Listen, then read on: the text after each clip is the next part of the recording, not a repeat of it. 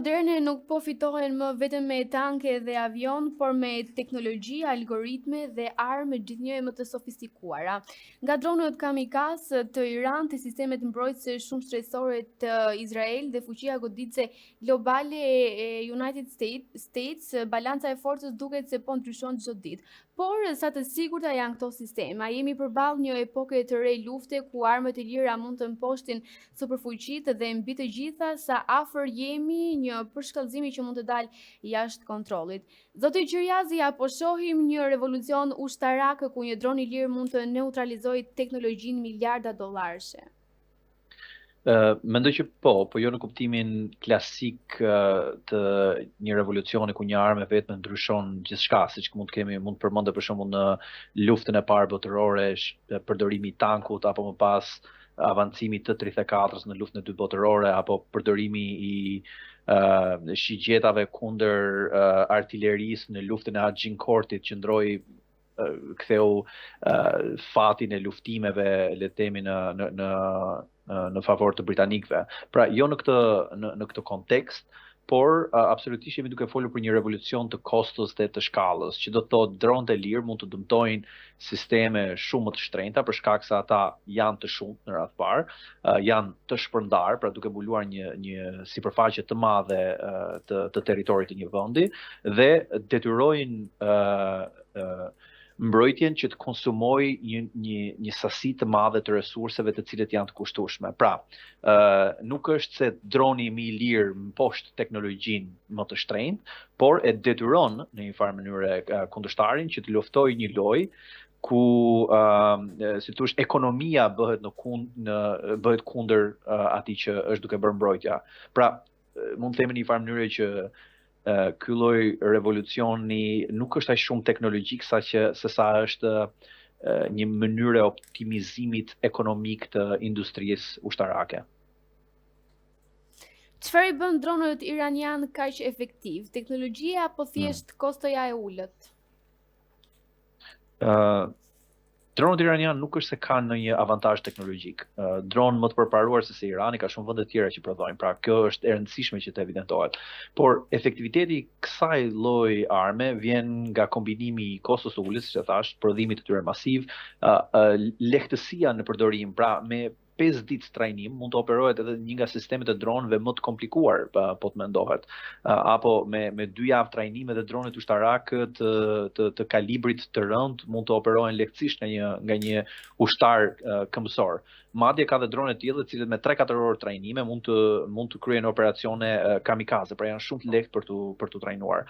Dhe avantazhi tjetër i madh do thoya që është edhe ajo që quhet taktikat swarming tactics, pra taktika e turmës, pra masivizimi i numrit të dronëve në një objektiv të saktuar, që do të thotë ka një teknologji të mirë, ajo sigurisht është avancuar, por nuk do të thotë që është superiore, dhe superioriteti iranian në fakt lind nga fakti që ka një aftësi të madhe për të populluar qiellin me objektiva për të goditur, rrjedhimisht duke shtëruar resurset e kundërshtarit për mbrojtje. A është më e vështirë sot të ndalosh një tufë dronësh se sa një raketë balistike? Do të thoja që po. Domethënë përgjigjja e shkurtër është po, sigurisht është më e komplikuar se sa kaq, por për disa arsye, për shembull, raketa balistike sigurisht është më e shpejtë, kështu që teknikisht interceptimi i rakete balistike është shumë më i vështirë, Nga ana tjetër, raketa balistike ka një trajektori që është më e parashikueshme dhe të gjitha sistemet e mbrojtjes kundër armëve balistike janë të programuara për të bërë këtë lloj mbrojtje, pra për të identifikuar kërcënimin, për të matur shpejtësinë me cilën është duke udhëtuar një raketë balistike dhe për ta interceptuar atë në kohë përpara se të godasë në objektiv. Nga ana tjetër, dronet dimë që fluturojnë shumë ulët, kanë shpejtësi variabël, pra të modifikueshme gjatë fluturimit të tyre, mund të ndryshojnë trajektoren shpeshherë, kanë një gjurmë radari jashtëzakonisht të vogël. Dhe në të njëjtën, jo vetëm gjurmë radari, pra si për masa fizike, por edhe gjurmë termike të vogël. Pra nëse sistemet e mbrojtjes janë dizenjuar për të detektuar një gjurmë termike të madhe që lën raketat balistike, këtë gjë nuk e kemi me dronet.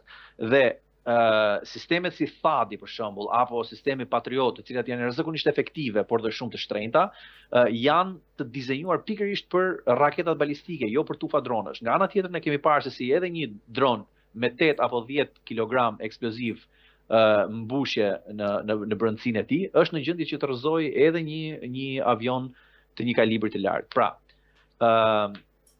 raketat përbëjnë një problem fizik më të madh, sigurisht, sepse shkaktojnë dëm më të madh masiv, por dronët përbëjnë një problem numrash, matematikor. Pra, është e vështirë të mposhtësh shumë dronë në të njëjtën kohë.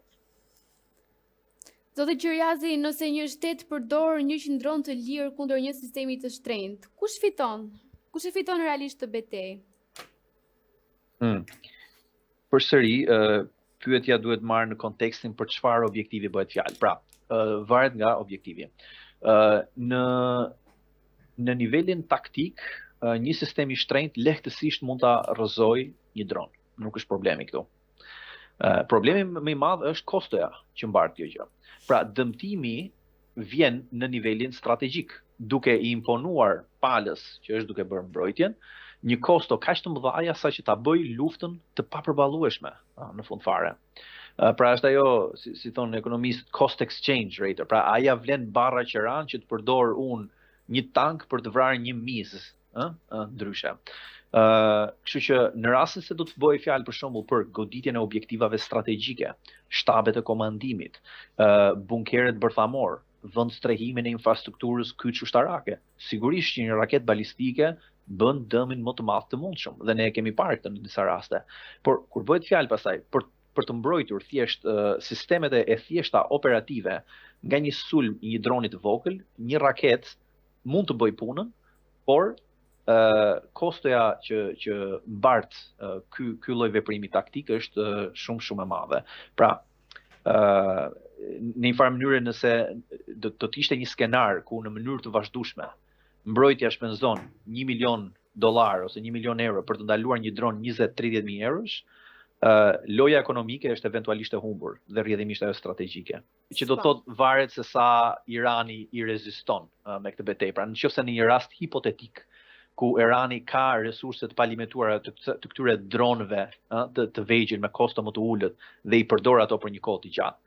Hipotetik, në këtë skenar hipotetik, Irani duket sikur ka epërsinë sepse fiton betejën strategjike duke shtruar kostot e mbrojtjes të një superfuqie që është Amerika, kosto e cilës është shumë e lartë. A ka në vendet si Irani kapacitete që mund të befasojnë edhe fuqitë si United States?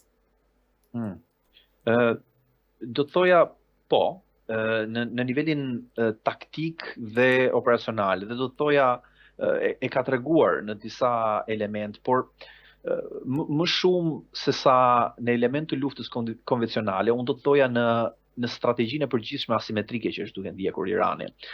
Dihet që Shtetet Bashkuara të Amerikës kanë një epërsi absolute të teknologjisë dhe të fuqisë së zjarrit, por Irani ka kapacitete që të bëj kombinime të papritura të armëve të ndryshme.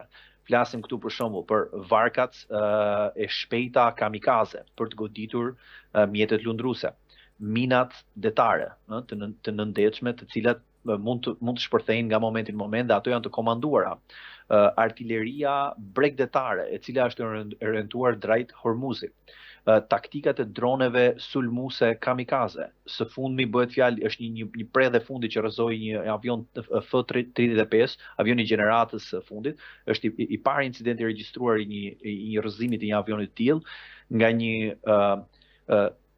raket dron kamikaz, pra është raketa SA-67 ose 358 ndryshe, e cila ka aftësinë që të lundrojë një sipërfaqe ajrore të caktuar dhe më pas në momentin e detektimit të një mjeti flurues të bashkëngjitet dhe të shpërthej pas tij.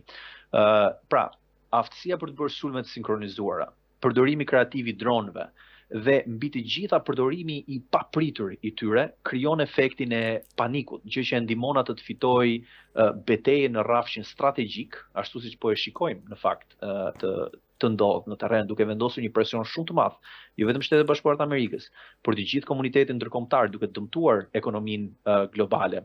Kështu që patjetër që Irani ka mundësinë që ta befasojë, mendoj se e ka treguar që mund ta bëjë këtë gjë, por duket pak a shumë si ajo betejë e Davidit dhe Golia, në këtë rast, ku Irani është duke përdorur diçka që nuk mendohej se mund të përdorej në fushën e betejës, pra nuk vetëm me shpata mburoi dhe me shtiza në fushën e betejës kundër Golias, por vetëm me atë slingun, me litari me gur, pra me një mjet i cili ka kosto të ulta, por që shkakton përsëri dëme të mëdha dhe godet pikërisht tek thëmbra e akilit. Dhe thëmbra e akilit lindjeve të vendeve të lindjes mesme është perceptimi që janë vende stabil për ekonominë e tyre dhe për industrinë dhe për turizmin së fundmi, ndërsa për vendet e tjera të botës është si thua ndalimi i burimit të furnizimit me hidrokarbure, për një pjesë madhe të Azisë dhe të botës. Sa rol luajnë bazat nëntoksore në mbijetesën e këtyre arsenaleve? Do thoya që për rastin e Iranit, të paktën, janë kritike për mbijetesën e regjimit. Irani jo më kot ka ndërtuar një sistem ose një rrjet të thelluar të bunkerëve për të strehuar raketat e tyre balistike, për të strehuar dronet e tyre, teknologjinë e tyre të mundshme të lëndëve bërthamore apo të armëve bërthamore, por në të njëjtën kohë dhe që të mundsoj komandim kontroll nga këto pika. Pra, nëse të gjithë shtabet që janë goditur nga ato goditjet precize që bën Shtetet Bashkuara të Amerikës dhe Izraeli në 2 javët e para, e vetmja mundësi për të pasur komandim dhe kontroll në fushën e betejës është përmes këtyre vendstrehimeve nëntoksore, të cilat janë edhe më të vështira për të detektuar, duhet pranuar, dhe sigurisht ofrojnë edhe mbrojtje më të madhe. Kështu që pikë së parë i ofrojnë mbrojtje më të madhe dhe i lejojnë aftësinë që të vazhdojnë luftën për një kohë më të gjatë. Pra, nëse mund ta përmbledh, është mbijetesa nuk varet thjesht nga armët që ke, por edhe nga ku i fshe, aq më tepër ku në një situatë ku Shtetet Bashkuara të Amerikës dhe Izraeli po e ditën, pra me teknologjinë që ata e avancuar që ata kanë, po e ditën ku ndodhen këto armë, mundet lehtësisht i godas. Kështu që bazat nëntoksore janë të rëndësishme për t'i fshehur.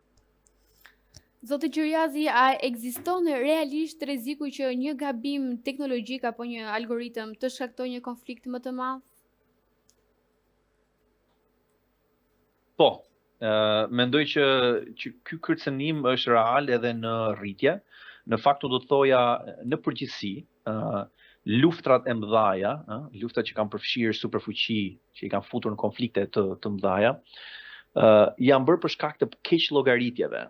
Pra kur kalohet Rubikoni, kur kalohet masa në veprim dhe të menduarit që mund të ndërmerret një veprim pa pasoja të mëtejshme. Në kushtet ku ne kemi një integrim të inteligjencës artificiale me këtë teknologji të avancuar, dim që shpejtësia në marrjen e vendimit është disa qindra fish më e madhe. Pra, sistemi operativ autonom është në gjendje që të bëj targetimin jashtëzakonisht më shpejt, përdor logjikën e programuar për të automatizuar mbrojtjen, që do të thotë 2 gjëra. Një, mund të marrë vendimin për të bërë një goditje, apo qoftë edhe për të kryer veprime mbrojtëse. Pra, nëse është duke ardhur një dron $20.000 dhe ti ke një predh 5 milion euro, sistemi operativ mund të gjykojë që është e rëndësishme të mbrohet dhe rrjedhimisht konsumoj një produkt që kushton diku tek 200 fishi në vlerë, vetëm për mbrojtje nga i droni vogël. Ndërsa njeriu mund të merrte një vendim tjetër që të gjykonte që nuk ja vlen të përdoret një armë me një kosto kaq të lartë për të vepruar. Pra, rreziku ekziston, siç e thash, në fazën e identifikimit të objektivit, mund të identifikohen gabimisht, ashtu siç ka qenë rasti goditjes së një shkolle